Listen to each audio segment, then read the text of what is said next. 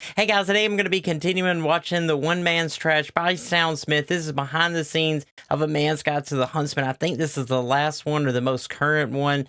But this series has been really good, man. It's been really awesome, and I cannot wait to catch this. So thank you so much to everybody who's been liking and commenting on these videos. I really appreciate that. And with that being said, if you're new, do not forget to hit that sub button, please, and thank you. And let's go ahead and jump into it. Guys, I lied again. I was actually working on 2 episodes at the same time for the past 2 years. Originally, I had planned for the back burner to be the next episode on its own and start work on Huntsman for real after that, but I made the decision to move it up and make it a near simultaneous release because I knew some people would genuinely be bummed about the first bait and switch. In concept, the double feature is pretty cool. 2021. I was gonna say, that's actually really awesome of him, though, that he decided, hey, I'm just gonna go ahead and release both of them anyway. That's really cool. That this was a fantastic idea, and can I just say, that guy is a moron. Fuck you, man. As fun as it was to shadow drop the Huntsman episode, this entire process was terrible for my mental and physical health, and it probably won't happen again. I pushed myself way too hard to get this done before the end of the year, and I ended up getting sick in mid-December because of it. I also got stuck with laryngitis, and it's a good thing my voice recovered as fast as it did, because I have contractual obligations.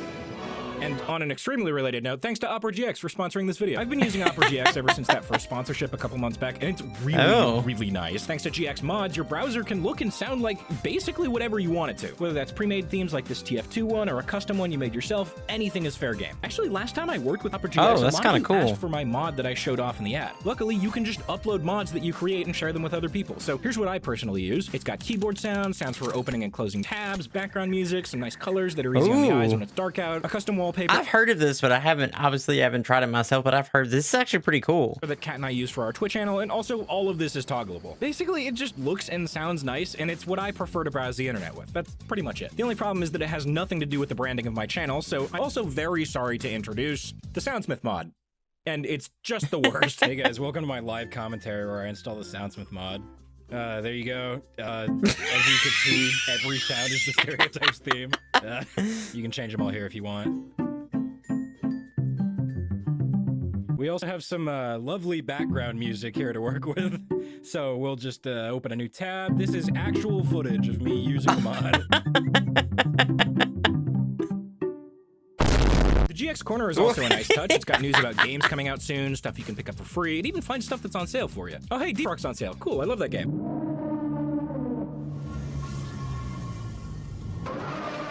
Okay, listen, man, we can talk about it. I think my favorite part about Opera GX so far is how well it enables multitasking. It's got full that is integration funny. with Twitch, Discord, TikTok, whatever social or messenger app you want. And okay, can I just say, they didn't even ask me to talk about this, but this semi-transparent video pop-out thing that you get when you go to another tab or an app is so nice. I never knew how much I wanted a feature like this until now. I'm actually watching a video in the background right now as I'm writing this script. I honestly can't go back to other browsers at this point. There's just not enough visual stimulation, you know? Look, seriously, Opera GX is pretty great. It's got solid performance, insane customizability, and it's also completely free. Use my link below to download Opera GX today. And I think my voice is dying as well, so... that one's going in Man's Guide. No, what a minute, man. Ethan, just send the montage that's going in the Man's Guide. Ethan, just... So going back to the main video, let's talk structure. Every Man's Guide so far has followed roughly the same formula. Starts as a tutorial, gets progressively dumber, and eventually it all goes to hell. Then we cut to the studio, and then we do an ending stinger. Same thing every single time. This time we wanted to depart from the formula in a more interesting way than just lampshading it, so we ended up taking the entire structure that we've relied on so far and flipped it. It's just backwards. This time it starts completely off the rails in a surrealist bit where my soldier just loses his shit because of the Huntsman's lack of stats. The studio scenes thus far have also dragged on for a little bit too long in my opinion. They typically serve as a way to transition into sponsors, so we also shook up the structure of that by integrating it into the off the rails part, just a bunch of fast cuts back and forth while still narrating and keeping the pacing up. I think it worked pretty well. As I'm reading the script, I am realizing that my voice is dying again, so over the course of the video I might start to sound like the TikTok influencer trying to make a thirst trap, so just bear with me. I want to get the video out in early January, so oh god. The reverse structure continues after that by dropping the arbitrary rating near the start of the video and then covering what the Huntsman is known for. The wacky weaponized jank that typically only shows up in the second half of a Man's Guide. Honestly, if there was ever a weapon to do a backwards episode on, it would be the Huntsman. Because like on the surface, it incentivizes you to play sniper backwards and just embrace the absurdity. Then as the episode goes on, instead of gradually getting sillier, it gets more serious as our characters discover that, wait, actually there might be something more to this weapon. And by the end, it's an It was definitely more more different than the other ones, but I really enjoyed cool it. Tutorial on some of the more serious applications that the Huntsman has. And then we get into the whole social stigma and Luxman bit, but I'll talk about that later. I think the reverse structure worked well to give the episode a different feel than the rest of them. My main worry was that it would feel too much like the Beggar's Bazooka video, since they're both in that failing upwards with a side of actual cool tech category of weapon, but I'd like to think that I was able to avoid that, and it seems like it came across well, so that's a relief. Making it backwards also goes along with the overarching story with the Christo Lee show. I know, like, okay, what the f is the deal with that, right? The idea is that so far, the two have been actual shows being produced in the same fictional universe. Mann's Guide is procedural, but the Christo Lee show isn't. The shows have both made passing references to each other before. What about that money we got from the Christo Lee sponsorship? They just got off a really tough shoot on Mann's Guide. But for the first time, they're actively interfering with each other. Between the two Mann's Guide episodes, Chris breaks into the studio and uses the procedural episode machine in an effort to reverse his show back to the start of season 1. If you've seen the Christo Lee show, you might remember that he was fired after that. Yeah, you're fired. Don't come by the studio, or we'll call the fucking cops. The Crystal Lee show was my life, you understand me? But because he doesn't understand how the machine really works, he uses it incorrectly. So the next episode of Mann's Guide is instantly generated with most of the same ingredients, but the structure being flipped. And things pretty quickly go off rails starting right here. He's still around. Yeah, in the scene. that was such a cool part too, man. That was so awesome. But what's happening here? Where is he? Did he succeed in resetting the Christo Lee show? Are the two shows still even in the same universe? And for that matter, what's changed in Mann's Guide now? Who's corporate, and why weren't they around in these episodes? How did KJ know the show was procedural if everything gets reset? Everything goes back to normal at the beginning of the next episode. I guess the big question surrounding all of this is, what the hell is going on? Who knows? It was like, what is... Was that Five Nights at Freddy's?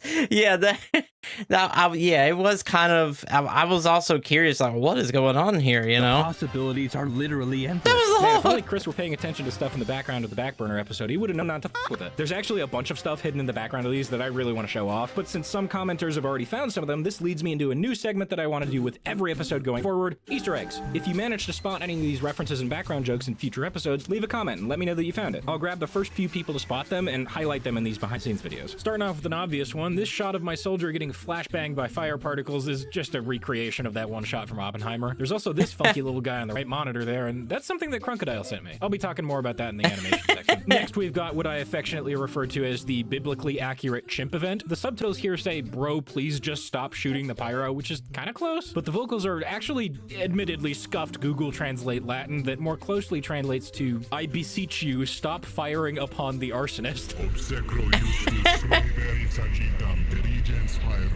I'm also a big fan of how the world's smartest soldier main's concept of this wise, unknowable, omniscient deity is a goddamn chimpanzee with a megaphone. It seems like the soldier really took a liking to the little guy too. Hey, look, there he is again. During the Mann's Guide to the Frying Pan section, I wanted to emphasize the Smite narration a little bit. My original plan was to use just like a standard vocal doubler plugin, but then I remembered there's already a fantastic sound effect out there that works perfectly. So I just layered my voiceover with Joe Cat's voice from A Crap Guide to Paladin. Smite! I've been a big fan of his stuff for a while now, so it felt appropriate to drop a little reference there. Okay, so the podcast bit just has a ton of random stuff in the background. I've already talked about some of it, like YTP6 on the monitor, the cool and awesome badass logo that I spent a whole 10 minutes photoshopping. But there's also some smaller stuff like the shotgun mic peeking into the shot because they couldn't be bothered to double check the framing, and this monitor, which you can't really see since it was shrunk down so much, but it's actually Manosphere Soundsmith Googling how to get people to like me. It seemed appropriate. Okay, these Easter eggs, these small little details, they are hilarious. I was playing, and also there's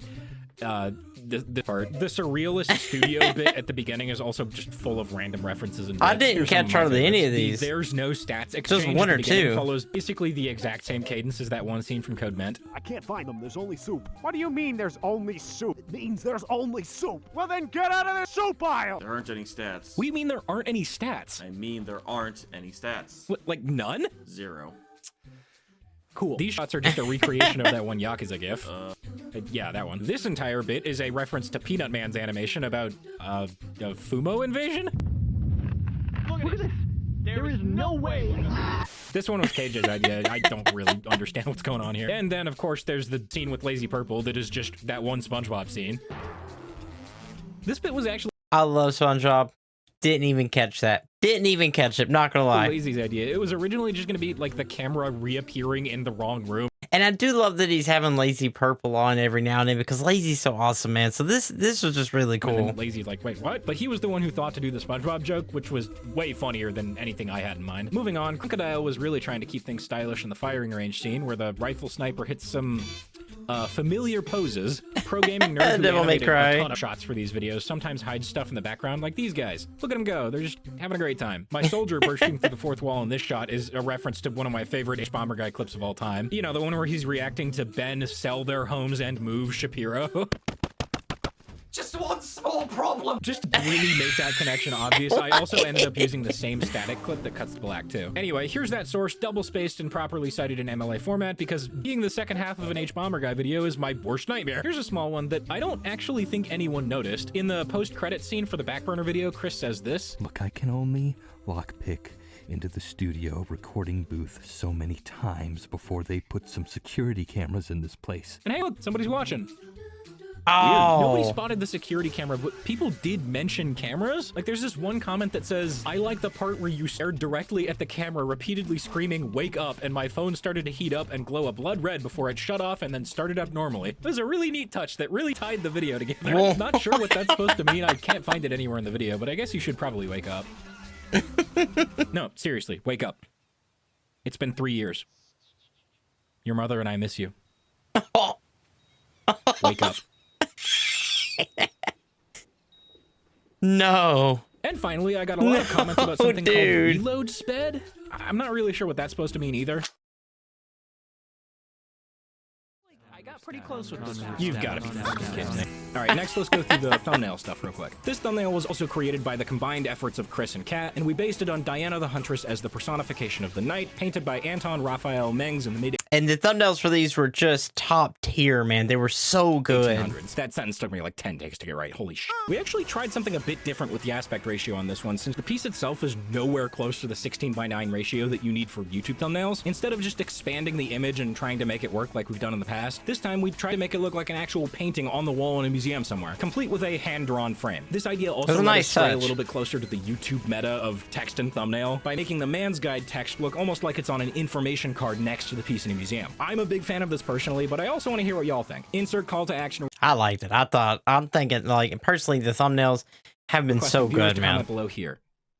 This thumbnail for this behind the scenes video is also based on a painting. This one is one by William Russell Flint in the late 19th century. It was actually a first draft that we scrapped because of the same aspect ratio issue, but this is still some great work by Chris, so I'm using it here instead. All right, next let's talk animation. First of all, I need to thank everyone who worked on these animations for keeping the massive secret about the double feature under wraps for as long as y'all did. I honestly can't believe it didn't leak before release, so yeah, thanks. Anyway, They did a credits should be on fantastic screen now, job. but I do want to go in closer and highlight some of my favorite details in these scenes. Everyone here put in a ton of effort, and I really don't want it to go unrecognized. Crocodile animated this scene from the backburner video in Blender instead of SFM and used a really complicated process involving physics simulation to get this ragdoll to happen. I love how it just like folds in on itself. It's fucking amazing. They actually uploaded a video on their channel that talks more about it, so that'll be in the description if you're interested. I started working with Pro Gaming Nerd pretty late into the production of these videos, and holy hell, this guy is good. Personally, I'm a big fan of the smears that he uses to emphasize fast movement. They look fantastic. My housemate Aaron did the assets for this 2D animated scene and actually provided all of the body parts as transparent PNGs, so I effectively had my own rig to work with and match all of the movements to my voiceover in Premiere. And finally, Stakey came in with some of the most expressive dialogue animation I've ever seen in SFM. There's so many little moments that I could go over through these scenes, but I'll just mention my favorite one, which is that when KJ mentions at the end of the backburner video that we do this gag every single time, he looks directly at the camera when he says, then we cut to the studio. I don't know why that's so cool to me, but it's one of those things that most people would never notice, but it fits so perfectly that it just feels right. All right, moving on. They did a fantastic job, man. They really Before we did. get to the bonus clips, I do want to talk about topics that we didn't get around to discussing in the video proper, or just didn't talk about for as long enough as I would have liked. I did kind of rapid fire off more interesting topics towards the end, so we might have been able to talk about them more had we not been building up the pacing of the video towards the big montage finale thing. First on my list is secondary synergy. It's pretty commonly known that the Huntsman does 120 damage on a fully charged body shot, which is just barely below max health for light classes. Screw you! I am gonna go watch Family Guy! This means that the SMG is absolutely phenomenal when paired with this thing. You really only ever need 1 or 2 shots to connect to finish someone off at any range. There's also the situation where you tap fire or partially charge a shot versus a demo, pyro, or soldier, and you don't quite hit that threshold to one-shot them. I often find myself hitting like 155 or 160 damage headshots versus those classes. I headshot him, no! And having the SMG in your back pocket can reliably secure those kills as well. On the other hand, KJ's secondary of choice is Girardi, and that's also just kind of really strong in general. With the Huntsman specifically, a fully charged charged mini crit body shot does 162 damage, Dang. which doesn't put it over too many damage thresholds, but it does let you one-shot light But classes, it's, yeah, gunslinger, I was gonna say, that's still pretty nice, though, you know? and notably medics. In terms of direct synergy with the Huntsman, I do think the SMG is a little stronger, but the mini crits you can give to your entire team do probably make this overall the better option. It's just that having a secondary that can deal direct damage feels better to me, you know? If only there were a secondary that could give you mini crits while also functioning as an SMG. Look, hear me out, okay? I know the Cleaner's Carbine is bad. I know I'd be better off using basically any other secondary, but like, come on, this thing is hilarious. It's basically just giving yourself half proficiency in both utility and damage, but I think that if there was any sniper primary that kind of synergizes with it, it would be the Huntsman. It's also just funny because it's bad, like, I don't know, cut me some slack, dude. Okay, last one, I promise. My secondary of choice for the Huntsman is actually the Cozy Camper. The main draw, obviously, is the health regen, which lets me be a lot more independent and aggressive, but also losing an active secondary really forced me to get good with the Huntsman. Because, like, my default muscle memory for the longest time was shoot the Huntsman, and before I even know if it hit or not, swap to the SMG. And yeah, that's probably for the best, because I was probably gonna miss, but with the Cozy Camper, you can't do that anymore. I mean, I guess you could swap to melee, but anyway. Using a passive secondary forced me to focus more of my attention on the Huntsman, and I think that was for the better. I never would have gotten clips like this one, because if I wasn't using the Cozy Camper here, I'd already be holding my secondary. Moving on from secondaries, what are some other things I didn't talk about? Right, fire arrows. So friendly Fire pyros arrows. and also bison soldiers, for some reason, can light your arrows on fire, which makes them inflict afterburn. It's a fun little gimmick that doesn't really seem like it would have much use until you remember those 120 damage body shots. Hitting a light class with a flaming arrow basically guarantees their death, plus you also sometimes get a cheeky kill on a medic or demo man. The full afterburn damage you can deal is 80, meaning technically you can kill a soldier with a fully charged body shot, but that assumes it deals full afterburn, which is pretty unlikely. Wait, what? It doesn't do full afterburn. It does, 60. Damn. All right, well, I guess ignore that part of the narration, everybody. Sorry. That's not true. Don't listen to me. Still, flaming arrows do a surprisingly large amount of extra damage, so pyros, if you see a friendly Huntsman sniper, give him light. It really does help a lot. Let me light up your arrow, friend. Need a light? Let me light up your arrow, friend. Tag a homie who lights your arrows. Oh, wait, yo, I got a body shot and killed him because of the light. Thanks, bro. Also, one more weird fun fact. Going underwater doesn't extinguish your flaming arrow. What? Okay. We're just going, yeah. So you got fire arrow, you go in the water.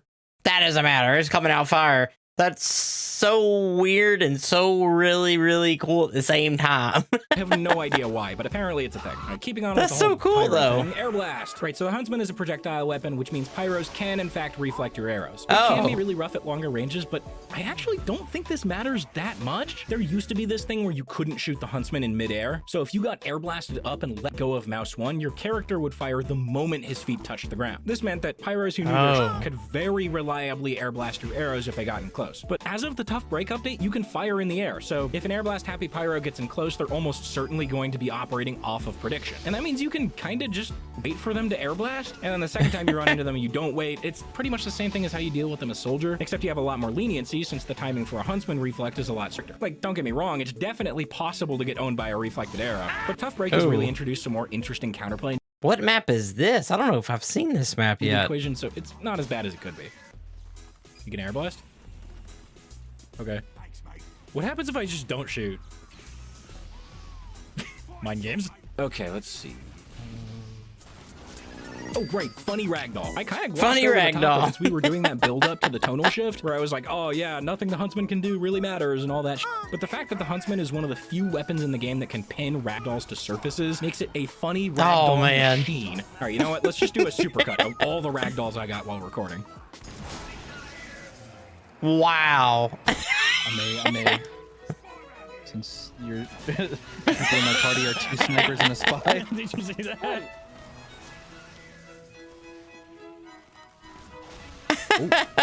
These are amazing, man. It sounds like it's a really, really good clips, dude. It's so funny. Damn. You seen this? Oh. I just keep funnies on my Twitter. That's about it. Oh, well. Oh, bro, that was sick. I love how he's showing the screenshots like as if they're in the paint as a painting too. That's so cool. Let's see if I can catch him on the way out.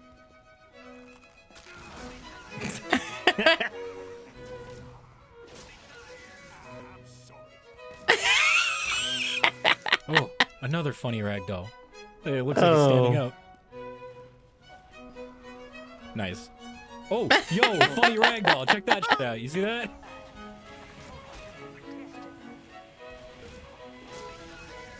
Oh. Okay. There you go.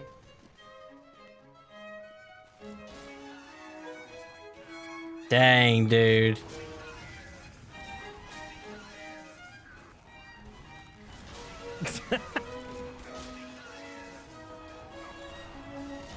Oh my god. Dude,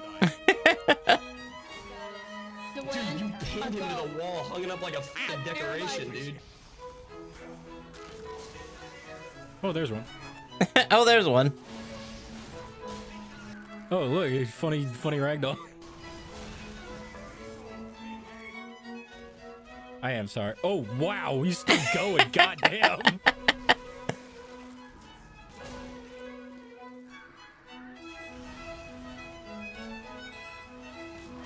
He just turned around like, what? Where did you go? Oh.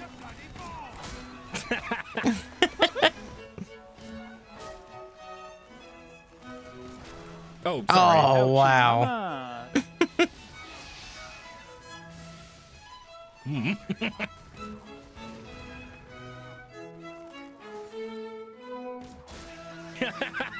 Get f***ed. Oh my god.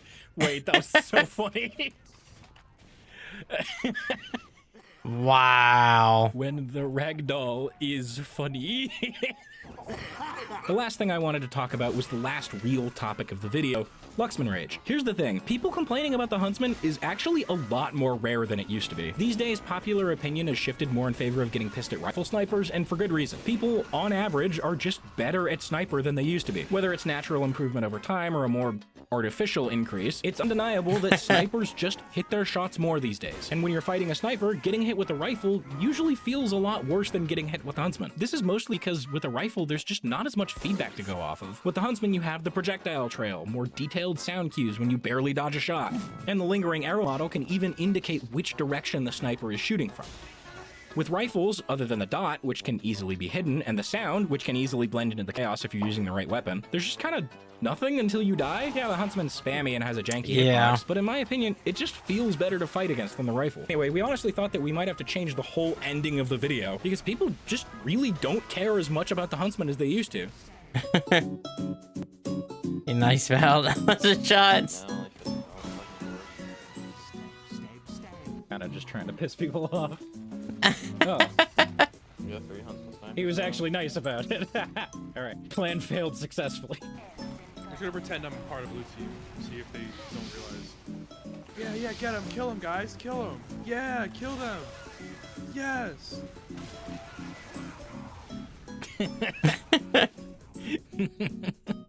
Oh wait, no, you're being nice about it. Fuck you, be toxic. This is the problem. Every time you do something funny with the Huntsman, everybody's just like, damn, okay.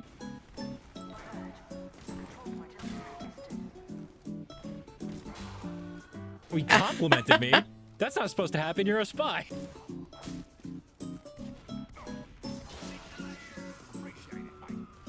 Damn it, even the scout is complimenting me. What is going on? Stop being nice. He's like, dude, I just want to see someone get angry about it.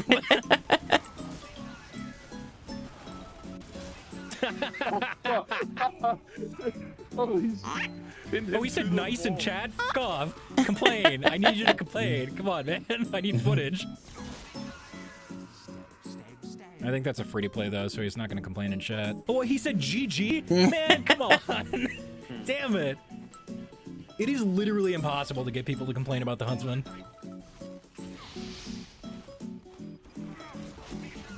God damn it. The pyro's nice. I hit a bullshit shot and he just said nice shot. Come on, man. I need you to complain. Work with me here. You gotta be a dick too.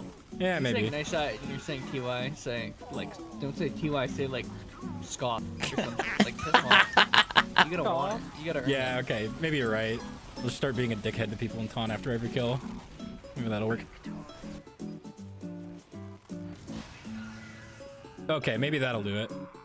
There's a scout behind us, by the way. Soldier behind you. I see him. Ah. Yeah, this is the guy I killed earlier. He's taunting me back. Nice. That might do it. Please rage. I beg you. I mean, if he died while time. Oh, LOL. He's chill. Like, okay. Damn it. You're too nice. Fuck you. That guy would just very much just like, yeah, I deserve that. Yeah, no, he just taunted me back. Like, you're too nice. Stop it, please. I need clips of people raging.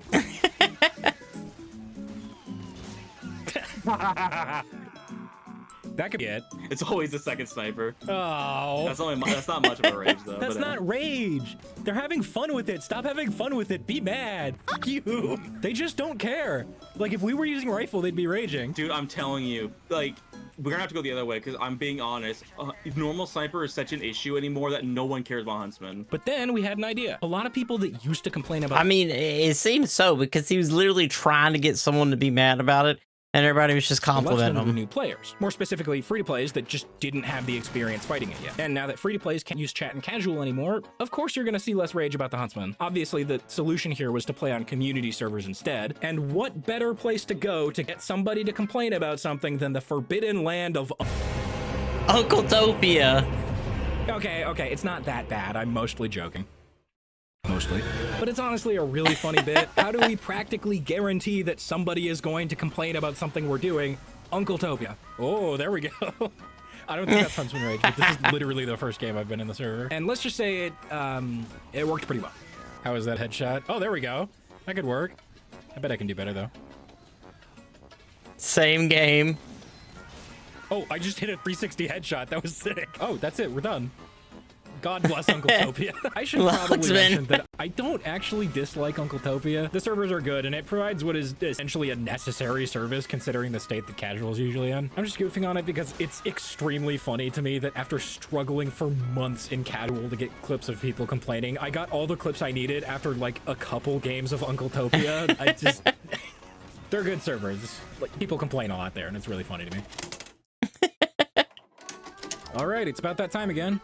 Well, sort of. This is normally the point in the video where I would dump all of my extra footage to significantly extend the runtime of the video. But if you take a quick look at that runtime, we are already over like 25 minutes on the behind the scenes stuff alone. And full disclosure, I have like a terabyte of extra Huntsman footage. And even when I rough cut it down to just the funnies, it's like an hour on its own. So because I want to get this video out in a reasonable amount of time, I'm just gonna drop a few bonus clips from this video's production, you know, like Gmod and STV setup stuff. And then over the next couple of weeks, I'll work on editing down the rough cut of the extra footage and have that be its own video. Cool? Cool. Anyway, thank you all again for watching. Make sure to like and comment something so the algorithm thinks I still make good videos.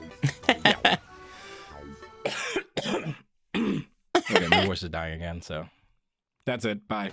Okay, so just grab me and rotate me around slowly.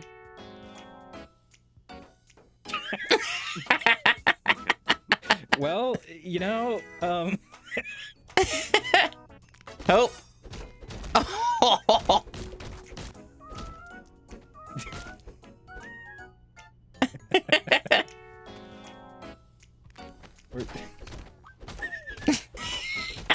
What are you doing? Oh man, that is hilarious. God just keeps going. This is stupid as I'm gonna show this to you. Hang on. That would suck if it did. I think you're a liar, Ethan. Wait, what? That used to be a thing.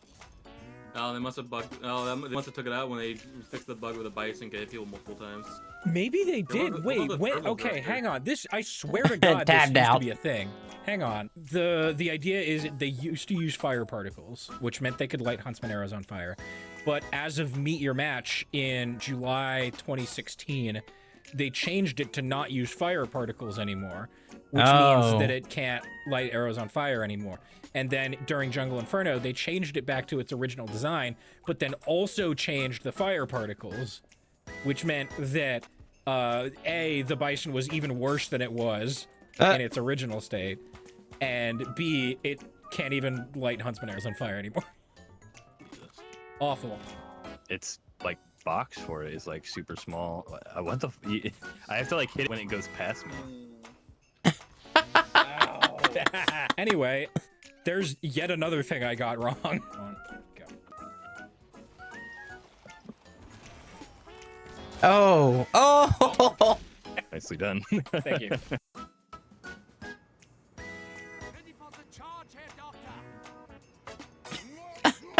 What? What's going on here? What's he looking at?